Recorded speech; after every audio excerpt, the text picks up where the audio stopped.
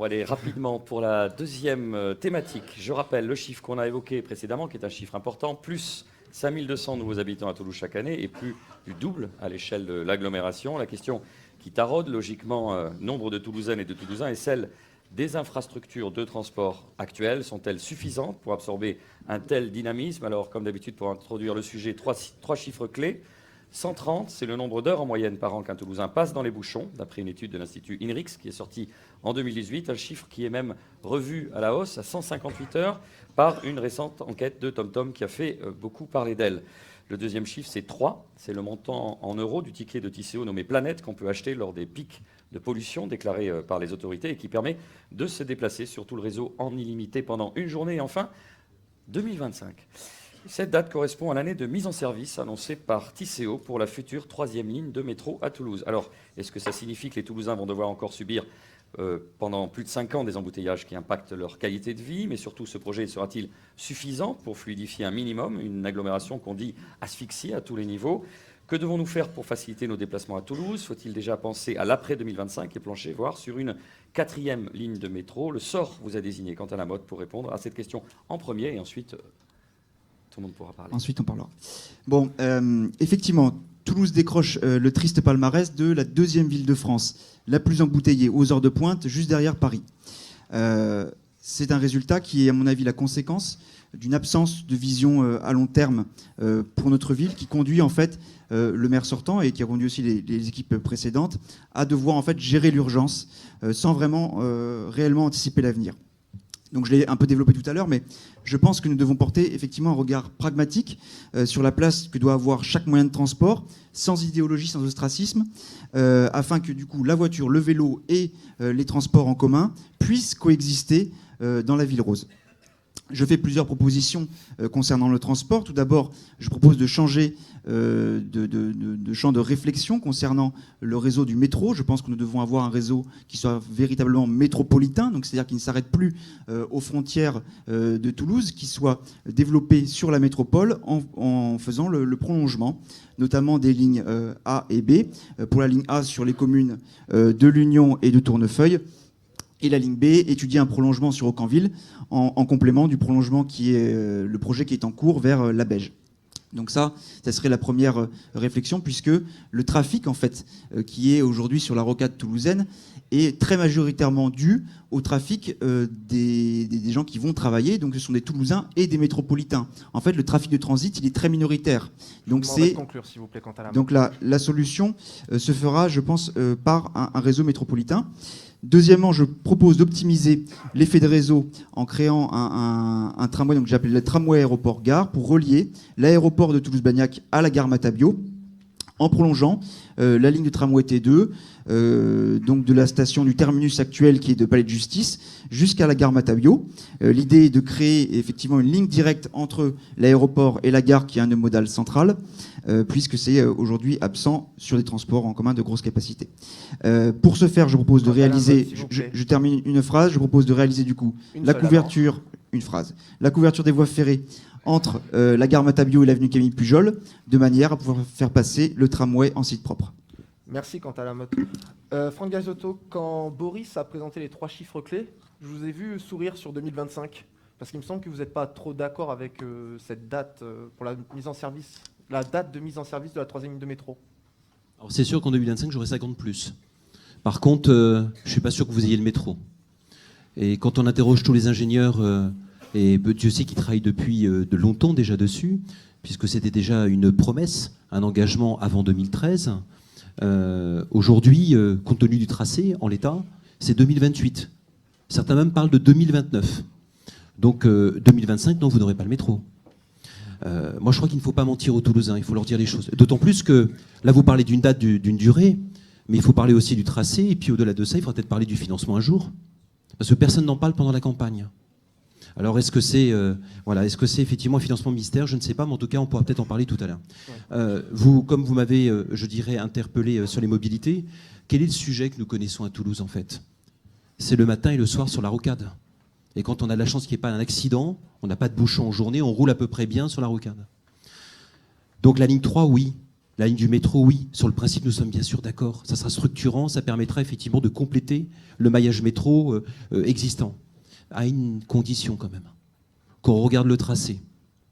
Et je trouve qu'il ne faut pas hypothéquer l'avenir dans une métropole comme la nôtre. On a parlé d'attractivité il y a encore quelques minutes. Comment peut-on imaginer que le métro n'aille pas à l'aéroport? On est en train de vous proposer un projet avec une rupture de charge. Tout le monde connaît la banlieue parisienne. Vous allez jusqu'à Antony, puis ensuite vous faites l'Orlyval. Les tunneliers n'ont pas encore commencé, les appels d'offres n'ont pas encore commencé. Ben on prend 6 mois de plus, on se met autour de la table, mais ne faisons pas cette erreur. On a fait l'erreur, déjà on n'a pas anticipé une deuxième rocade il y a 30 ans. On n'a peut-être pas pris le coche, si vous me le permettez, sur la LGV. Ne faisons pas la même erreur sur le métro. Je vous demanderai de conclure, s'il vous plaît, Franck. Déjà on y reviendra alors.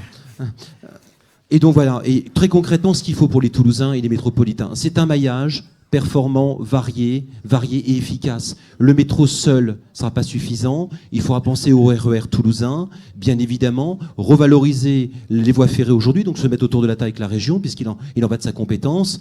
Et ensuite, bien sûr, mettre ce qu'on appelle des parkings silos aux bons endroits pour inviter les gens à laisser la voiture et rentrer avec les transports en commun. Tant que nous n'aurons pas ce maillage, nous aurons toujours des bouchons et la rocade sera toujours congestionnée. Et je ne veux pas oublier les modes doux, parce que moi, je ne fais pas de vélo à Toulouse. S'il vous plaît, Franck. C'est beaucoup, oui. Mais Sinon, vous n'aurez plus de temps de parole pour la fin de la séquence. Après. Bon, très bien. C'est votre choix. Oui, mais on a un suspense. On ne saura pas pourquoi M. Biasotto ne fait pas de vélo à Toulouse. Tout à l'heure, vous aurez 30 Tout à l'heure, secondes. après.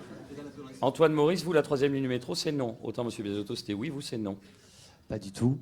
Je l'ai dit, je ne serai pas le maire qui arrêtera le projet de troisième ligne du métro parce que je ne serai pas comme Jean-Luc Moudin qui, à son arrivée, a surtout utilisé la gomme et supprimé tous les projets structurants de transport en commun, qui fait qu'aujourd'hui, il termine son mandat sans nouvel équipement de transport en commun structurant pour notre territoire. En revanche, le plan mobilité de Jean-Luc Moudin, c'est plus 10% d'émissions de gaz à effet de serre.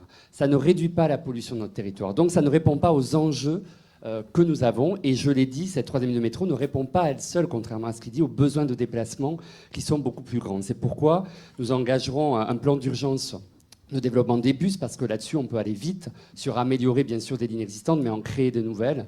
Nous voulons travailler pour réduire la congestion routière à ce projet de RER toulousain, enfin, et notamment à la ligne Montauban-Castelnaudary, notamment en engageant une nouvelle gouvernance aussi qui arrête d'opposer les collectivités, qui fasse en sorte que toutes les collectivités se retrouvent enfin dans une instance commune de gouvernance dans l'intérêt des déplacements du quotidien.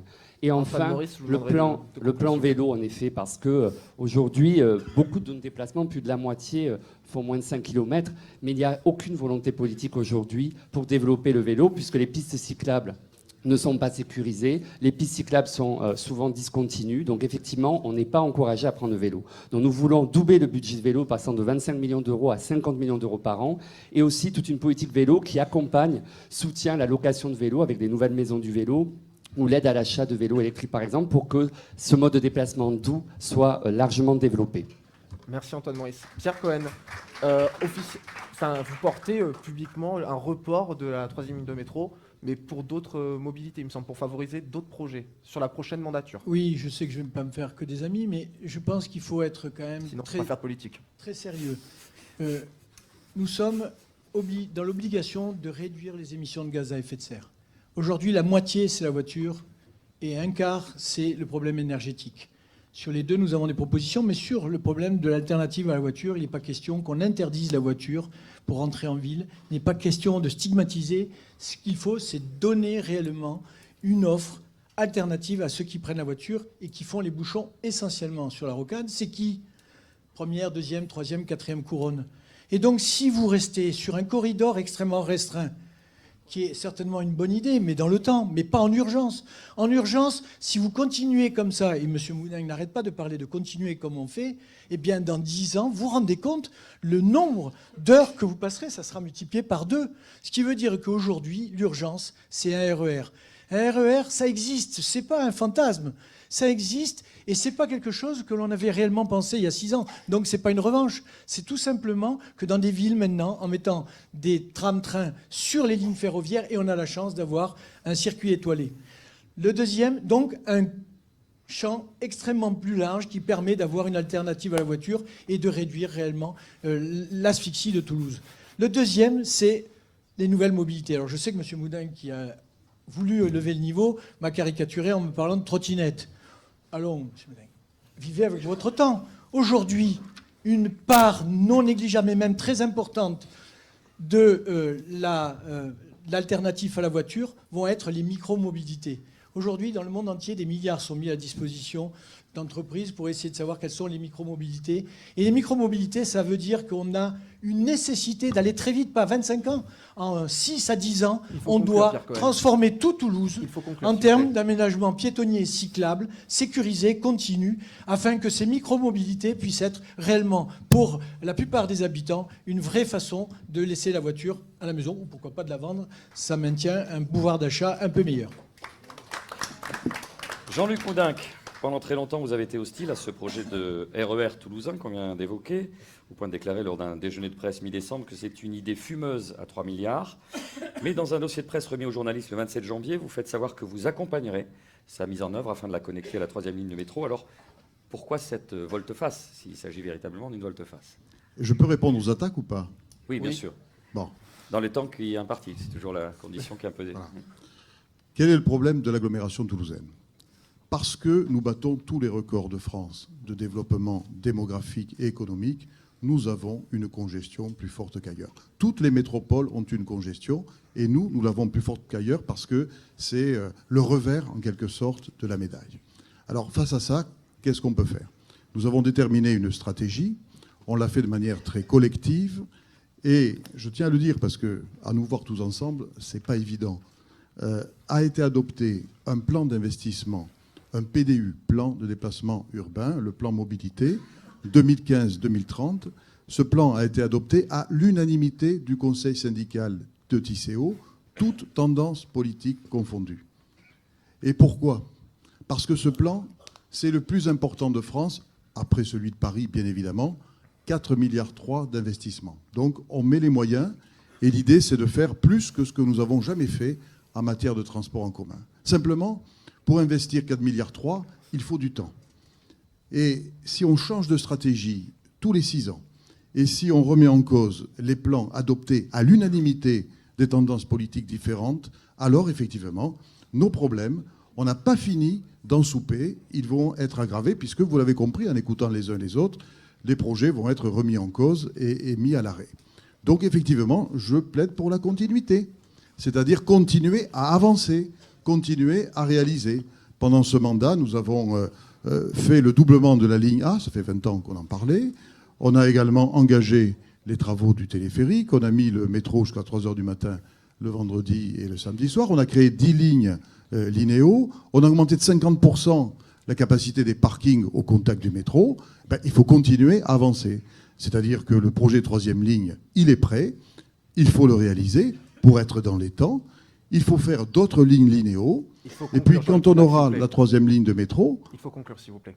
Eh oui, mais quand on va avoir la 3e ligne de métro, on va pouvoir réorganiser toutes les lignes de bus existantes sans supprimer des bus, ce qui veut bien dire qu'on va densifier la desserte bus en la reliant au métro. Et puis, on propose également d'augmenter de 3000 encore le nombre de places qui sont des places de stationnement au contact du métro. Donc, effectivement, il faut continuer cette stratégie. Alors, le RER est de compétence régionale.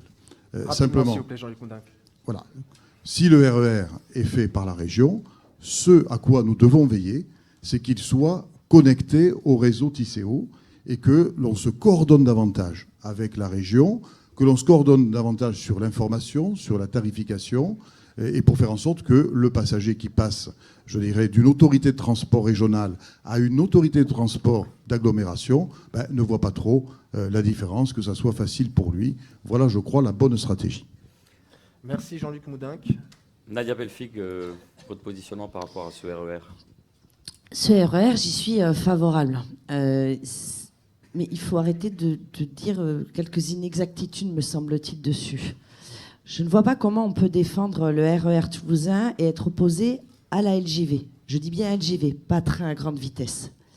Parce qu'il est nécessaire d'avoir un doublement de certaines voies. Autrement, vous ne pouvez pas à la fois faire passer un train à grande vitesse sur les lignes existantes et y faire passer aussi le RER toulousain, sans compter le fait que pendant que vous transformez ces voies-là en train à grande vitesse, eh bien, vous ne pouvez par définition pas y faire passer les trains.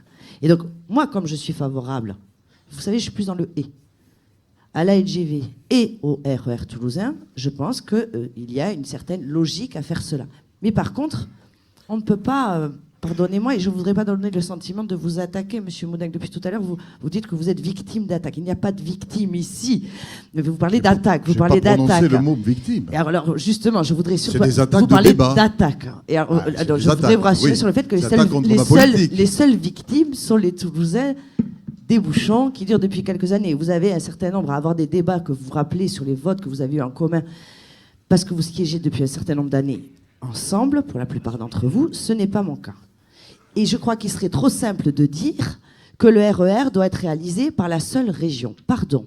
Et ça deviendra un point de notre interrogation qui est le 4e point sur la fiscalité. Mais vous, quand vous êtes entreprise dans cette salle, vous savez que vous financez à hauteur de 60% les transports. Vous savez aussi à qui vous versez la fiscalité du versement transport. Et ce n'est pas à la région.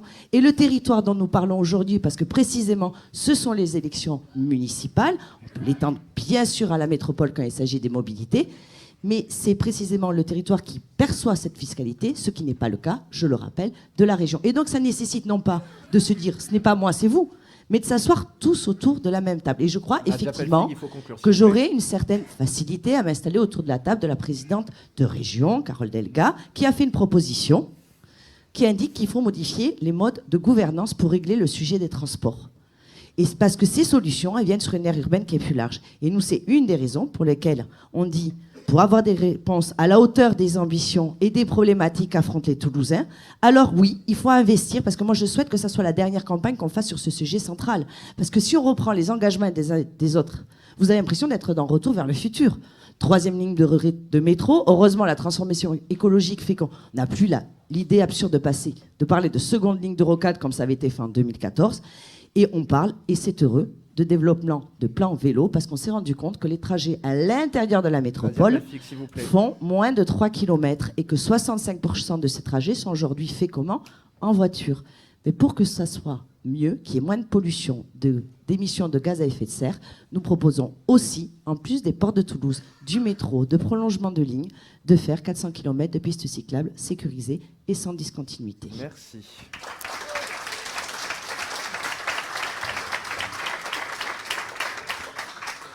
Antoine Maurice, 400 km. Pardon, j'ai des 400 km. Vous proposez 1000 km par rapport aux pistes cyclables. Oui. Nous avons calculé que du coup, à l'échelle du mandat, ça ferait 1000 km de pistes cyclables. Simplement pour repréciser sur le RER, bien sûr que nous pouvons faire le RER, mais ça demande de se battre pour faire en sorte que, pour favoriser les transports du quotidien, on finance les entrées ferroviaires de Bordeaux et de Toulouse, et donc amender le projet des aménagements ferroviaires nord-toulousains pour permettre le RER. Et c'est ça notre objectif. Nous nous battons d'ailleurs pour ça, en déconnectant ces aménagements ferroviaires du nord toulousain, justement de ce projet de LGV. Donc je pense que nous pouvons légitimement défendre le RER également. Et le vélo ? Non, parce que vous disiez par exemple donc 1000 par rapport à 400, oui, mais peut-être développer sur... Alors, je l'ai dit tout à l'heure, notre politique vélo globale, c'est effectivement agir sur les pistes cyclables, parce qu'il faut des pistes cyclables sécurisées, et donc 1000 km à l'échelle du mandat pour avoir un réseau maillé, interquartier et métropolitain, et un réseau express vélo enfin. Et ensuite, une politique vélo, parce que ça doit aussi s'accompagner dans la pratique, dans l'école du vélo, dans des lieux de location à développer, comme la maison du vélo qui existe, qu'on pourrait faire demain aux Arènes, à Sainte-Agne, avoir différents espaces, à la fois où on peut louer des vélos, on peut réparer ces vélos, et aussi des aides d'achat aux vélos électriques à développer. Merci Antoine Maurice. Franck Gazotto, je vous ai coupé un peu l'herbe sous le pied tout à l'heure sur la politique sur le vélo. Ouais, voilà, donc je vous laisse la parole pour... Non, je vous remercie. Ça va peut-être faire quelques redondances, mais ce que je voulais dire, oui, je fais toujours pas de vélo. Sur l'agglomération, ça c'est sûr. Effectivement, trop de discontinuité. Il faut bien sûr sécuriser aussi les bancs de cycle et les couloirs de cycle, et finir le maillage existant. Parce que dans le schéma rêve métropolitain, d'ici 10 ans, c'est trop long. Je crois qu'il faut aller plus vite. Donc il va falloir mettre plus de crédit les 3 premières années pour véritablement aboutir sur ce schéma. Combien ? Et puis ensuite... Combien exactement ? Plus de crédit ? Combien ?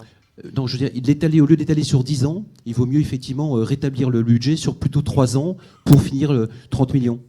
Très bien. Et au-delà de cela, je dirais, les sortes de circulation, on aura nécessairement un choix à faire, même au centre-ville, parce que tout ne passe pas dans certaines artères. Donc le gabarit des rues et même des avenues ne permettront pas effectivement à la fois le double sens, les vélos, les trottoirs, la chaussée, les arbres. Et il y aura des choix à faire dans l'aménagement du territoire pour pouvoir améliorer les couloirs de cycle. Je voudrais rajouter, alors c'est moins le vélo, mais il y a aussi tout un maillage secondaire. Les maillages vélo au quotidien, les petits trajets de 2-3 km. Et enfin, un maillage complémentaire aux bus, c'est les minibus que vous connaissez électriques. Enfin, j'appelle minibus, certains disent microbus électriques au centre-ville, vous les connaissez. Mais dans les faubourgs et dans les villages urbains, je vais prendre qu'un exemple, à Saint-Simon, ils sont mal desservis. Et le rabattement sur le métro Basso-Cambo et Séguer leur solution, c'est la seule solution qu'ils ont. Et donc il faut améliorer le maillage des minibus électriques dans des faubourgs où justement le gabarit ne permet pas de passer des grands bus de type Linéo à souffler. Merci, Monsieur Biasotto. Pierre Cohen, vous voulez rajouter quelque chose peut-être? Après, on termine. Une dernière réaction. Après, Oui, après, parce on que passe aux je ne crois questions. pas avoir parlé 5 minutes. Et donc, je voudrais très rapide. Hein, Oui, mais je voudrais m'inscrire en faux parce que l'analyse de M. Moudenc est complètement fausse. Aujourd'hui, si on imagine qu'un RER toulousain, c'est de s'inscrire dans les trains de la SNCF tel qu'il est, c'est impossible. Mais la loi permet d'avoir une autorité organisatrice qui permet de prendre compétence sur les lignes ferroviaires pour pouvoir faire un réseau urbain dont nous avons la compétence. Et c'est pour cela que je considère que c'est malsain de dire c'est la région à le prendre, alors que la région, comment elle va dépenser des milliards pour l'urbain alors que c'est de la compétence de la métropole et de l'ensemble de Tisséo. Donc il y a nécessité de relativiser ce projet métro où il y a 3 milliards de prévus et d'en mettre un certain nombre sur cette urgence qui, elle, graduellement peut répondre à cette alternative à la voiture. Parce que le métro, tant qu'il n'est pas fini, il ne fonctionne pas. Donc ça veut dire qu'on va avoir 8 à 10 ans de aucune alternative à la voiture, et en plus sur un corridor qui est extrêmement étroit. Deuxièmement, les cheminements piétonniers et cyclables. Aujourd'hui, ça demande beaucoup d'argent. Pourquoi? On ne peut plus faire ce qu'on a fait. Et on l'a fait, nous, on a fait à la rue Alsace. C'était quoi? C'était un cheminement partagé vélo et piétonnier. On ne peut plus le faire. Aujourd'hui, il y a nécessité de repenser la ville avec des cheminements piétons et cyclables différenciés, surtout si réellement on pense que ces micro-mobilités seront une vraie alternative à la voiture. Donc il y a vraiment des enveloppes considérables. Ça a été évalué à 400 millions d'euros. Nous, on pense qu'il faut 40 millions d'euros par an pendant 10 ans. Il n'empêche qu'il y a des endroits où ça ira vite. Il y a des endroits où ça ira beaucoup moins vite parce que le renouvellement urbain, on sait que c'est un projet qui est extrêmement lent et difficile, surtout si on veut le discuter avec l'ensemble des acteurs, les acteurs économiques, mais aussi les citoyens. Merci Pierre Cohen. Merci à vous 6 pour ces échanges autour de la mobilité. On passe aux questions du MEDEF, Boris? Oui, la première question sera adressée à Madame Pelfig et on attend une réaction de Monsieur Biasotto. C'est Pierre-Marie Anquier, président du MEDEF 31, qui la pose. On a évoqué le budget du versement transport. Il représente, vous l'avez dit, 60% du budget de Tisséo. Et malgré cela, j'ai envie de dire, les entreprises ont le sentiment quand même de ne pas être véritablement associées aux décisions stratégiques de cet organisme. La loi LOM prévoit un comité des partenaires pour cette gestion des transports. Donc je voulais savoir comment vous envisagiez de mettre en place ce comité des partenaires et dans quel délai. Et plus largement, quel écho vous faisiez à cette idée qu'on a soumise tout à l'heure d'un comité ou d'une instance qui permettrait d'associer les entreprises aux décisions et de pouvoir, de manière plus large à la dimension économique, et comment les associer, les faire partager, les faire prendre parti dans les réflexions concernant la dimension économique. Merci de votre question. Je crois que quand on parle de partenariat, il y a une règle qui participe à la gouvernance. Voilà, c'est assez simple, c'est assez sain aussi. Et vous le savez, parce que c'est une question, on ne va pas faire semblant qu'on ne l'a pas traitée, c'est une question qui figure dans le programme que j'ai l'honneur de porter. Nous souhaitons que dans cette nouvelle gouvernance qui est nécessaire à installer à l'échelle des déplacements sur l'aire urbaine figurent également les entreprises et leurs représentants. Je souhaite qu'y figure la région, je l'ai déjà indiqué, la métropole, ça va sans dire, mais également le département.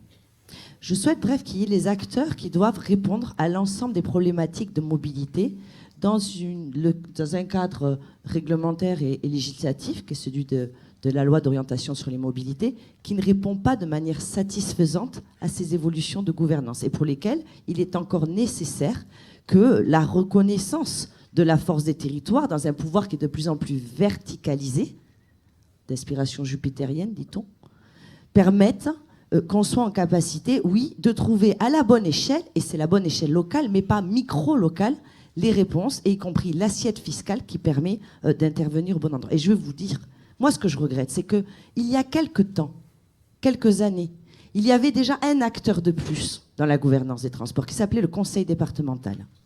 Et parce qu'il y a une incapacité à travailler dans les partenariats, même si on le dit à chaque instant désormais, à l'époque, le maire de Toulouse,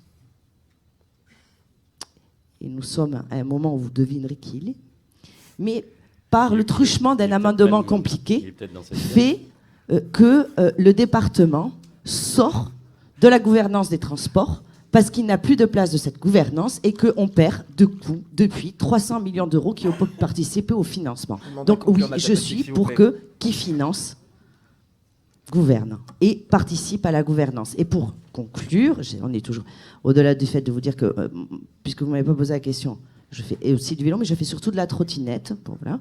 Alors, très vite, sur cette question-là, j'ai proposé effectivement, et ça figure dans notre programme, pour faire très directement, d'y associer les entreprises, mais également, plus largement, les collectivités. Mais ça veut dire aussi revoir très clairement la fiscalité et son versement. Merci Nadia Pelfig. Franck Gazotto, ça vous de réagir? Oui. Bah, effectivement, vous avez raison, vous contribuez largement et vous n'avez pas de droit de cité au sein des instances. Toulouse-Belle-et-Forte, on estime effectivement, on mettra en place une commission consultative pour que vous puissiez pouvoir donner votre avis sur tous les projets structurants de l'agglomération. Et je pense très concrètement, si cette instance ad hoc avait existé lors de la prise de décision du métro, cette fameuse 3e ligne, si elle devait passer par l'aéroport ou pas, je pense que beaucoup d'entre vous dans cette salle auraient réagi différemment. Auraient peut-être fait pencher la balance aussi. Donc oui, ça me paraît nécessaire et il faut que je fasse attention à ce que je dis, parce que je suis à côté de Nadia Pelfig, les gens vont associer des choses qui ne sont pas le cas, mais j'approuve effectivement la décision et la prise de décision, donc c'est pas contraire, je vais dans le sens, et c'est du bon sens, me semble-t-il, de pas, compte tenu et au regard des contributions financières que le monde de l'entreprise, effectivement, leur contribution mobilité, ça va de soi que vous ayez un droit de regard et vous puissiez donner votre avis et le sens, effectivement, du maillage demain sur la métropole et la ville de Toulouse. Merci Franck Biasotto. La deuxième question, je rappelle que c'est la rédaction de la tribune qui a déterminé. Elle sera destinée à M. Moudinque et on attend une réaction de M. Maurice. C'est Valérie Jiménez, présidente du groupe Jiménez, pilote du groupe de travail mobilité du MEDEF, qui la pose. Et qui aura aussi le plaisir et le loisir d'en poser une autre après. Bonsoir Madame, Messieurs les candidats, Mesdames et Messieurs. Il nous paraît essentiel de prévoir la possibilité d'un accès direct au MIT depuis l'aéroport. Sans cette connexion directe, le temps de trajet en transport public sera d'environ 40 minutes.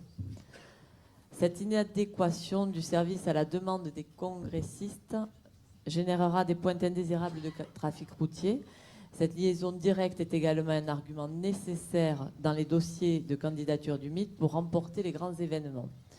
Aussi, nous proposons de créer une connexion directe en prolongeant le tramway LAE sur le segment aéroport-MIT. Quelle est votre position?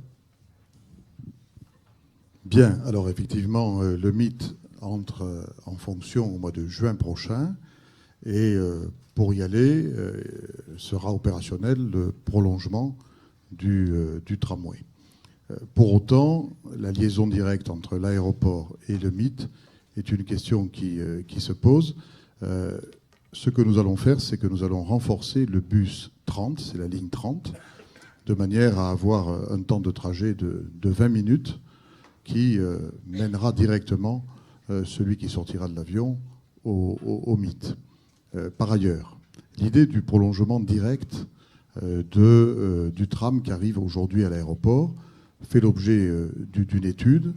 On a déjà des premiers résultats. C'est un investissement qui se situe entre 80 et 100 millions d'euros. Il y a 12 millions d'euros en plus pour le matériel roulant.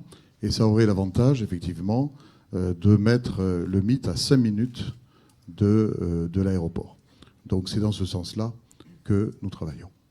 Merci Jean-Luc. Est-ce que je peux répondre à un certain nombre d'inepties que j'ai entendues auparavant? Très rapidement, voilà. s'il vous plaît. Vraiment. Nous avons créé lors de ce mandat un conseil justement consultatif des acteurs de l'économie auprès de Tisséo.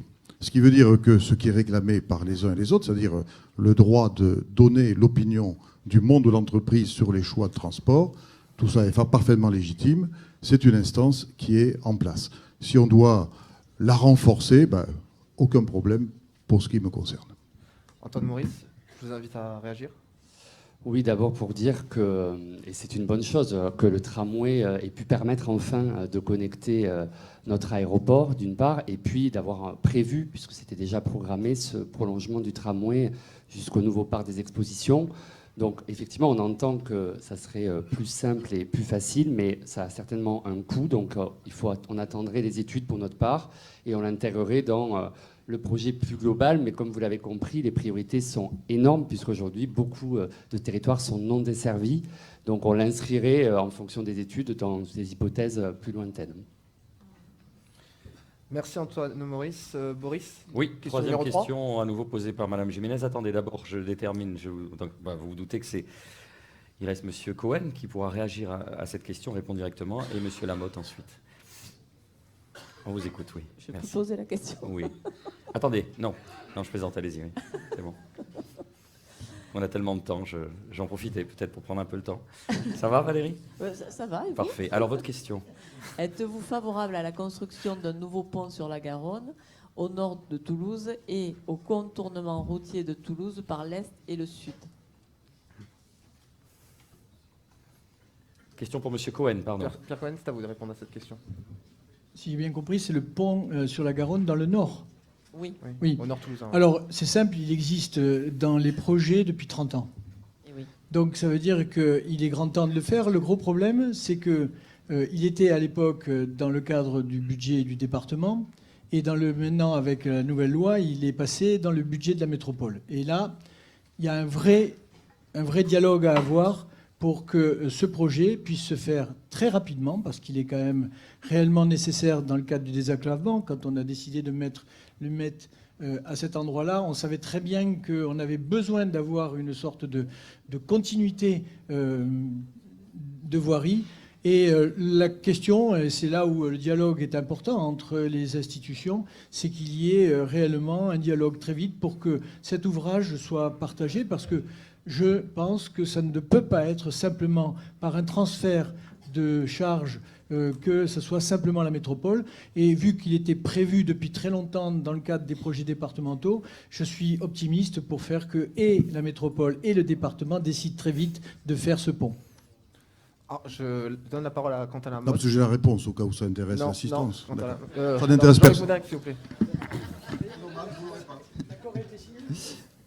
Quentin Lamotte, s'il vous plaît. Oui, effectivement, bien évidemment. Non, mais Monsieur Moudin, c'est pour s'exprimer après Monsieur Lamotte. Il nous reste Bien évidemment, 27 secondes. ce projet, il faut le soutenir. Actuellement, il n'y a que 3 ponts pour de franchir la Garonne sur le nord toulousain. C'est Grenade, Gagnac et puis la rocade toulousaine. D'ailleurs, le pont de Gagnac avait été cité parmi les ponts qui avaient des problématiques de structure lorsqu'il y a eu différents événements tragiques. Donc il y a effectivement l'urgence de faire ce pont qui, comme l'a tout à fait rappelé M. Cohen, traîne dans les cartons depuis de nombreuses années, parce qu'on ne peut pas aujourd'hui imaginer effectivement, avec le mythe qui va être à Beauzelle, avoir ce grand ensemble qui ne soit pas connecté par le réseau routier avec une desserte différente effectivement que celle de la rocade toulousaine. Donc oui, nous y sommes favorables. Monsieur Moudin, très rapidement.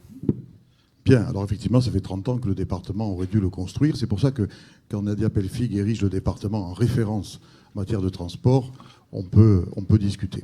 Alors effectivement, Pierre Cohen l'a dit, la nouvelle loi donne à la métropole la responsabilité de ce projet. Et donc nous, on a pris le taureau par les cornes, On a effectivement interrogé Georges Méric, et j'ai dit à Georges Méric que le département ayant été défaillant longtemps, il ne pouvait pas ne pas nous aider au financement. Et Georges Méric a été d'une honnêteté intellectuelle parfaite, puisque tout de suite, il l'a admis. Et nous avons signé, en juin dernier, ça a été rendu public, mais tout le monde n'a pas suivi l'actualité visiblement, nous avons signé un accord, Georges Méric et moi, où on inscrit ce projet en priorité. C'est un projet à 140 millions d'euros. Donc on a lancé les études, elles sont en cours de manière à ne plus perdre de temps et avoir ce deuxième pont qui va désengorger tout le secteur nord, qui, vous le savez, est le secteur le plus en développement de notre agglomération et qui va être très utile également pour le désengorgement des abords du Mythe. Merci, Monsieur Mouninck. Merci aussi, candidat, pour vos échanges et pour avoir répondu. Je voudrais, pour qu'il n'y ait pas de mal-donne, je voudrais Oui. saluer Georges Méric, effectivement, en sa qualité d'homme qui fait les ponts entre les personnes, parce que visiblement, j'ai été mal compris sur la qualification que je donnais au département. Très bien. Voilà, c'est bien de souligner. On va le mettre sur Twitter. Ah, c'est bon. Merci donc pour la qualité de vos échanges.